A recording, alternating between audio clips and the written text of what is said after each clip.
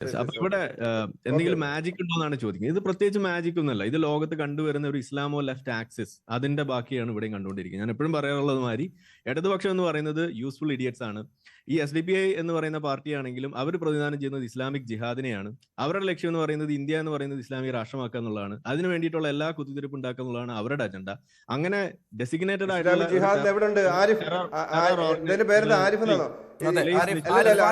Islamic ജിഹാദ് SDPI കുറിച്ച് മോശമായിട്ട്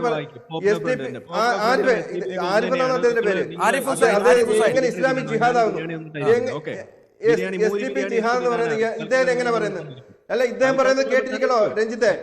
ഇദ്ദേഹം ഏതാ? അല്ല, ഇദ്ദേഹം ഏതാ? ഒരു ആരിഫ് എന്ന് പറഞ്ഞിട്ട് ആരാ ഇദ്ദേഹം? അല്ലല്ല, SDPI ജിഹാദ് എന്ന് പറയുന്നത് ഏതാ? ഇദ്ദേഹത്തിന് ഏതാ അവകാശം? ഓക്കെ, അപ്പോ അവരുടെ ലക്ഷ്യം എന്ന് പറയുന്നത് ജിഹാദാണ്. ആ ജിഹാദിലൂടെ ഇന്ത്യയുടെ ഭരണം, നിങ്ങളുടെ അവസരം വളരെ അത് മുസ്ലിം ബ്രദർഹുഡ് മുന്നോട്ട് വെക്കുന്ന സംഗതിയാണ്. ആ സാധനം ഇവിടെ ഇറക്കുമതി ചെയ്ത് അതിനുവേണ്ടി പ്രവർത്തിക്കുന്ന ആളുകളാണ് ഈ SDPIയും പോപ്പുലർ ഫ്രണ്ടും ഒക്കെ ഒന്ന് തന്നെയാണ്.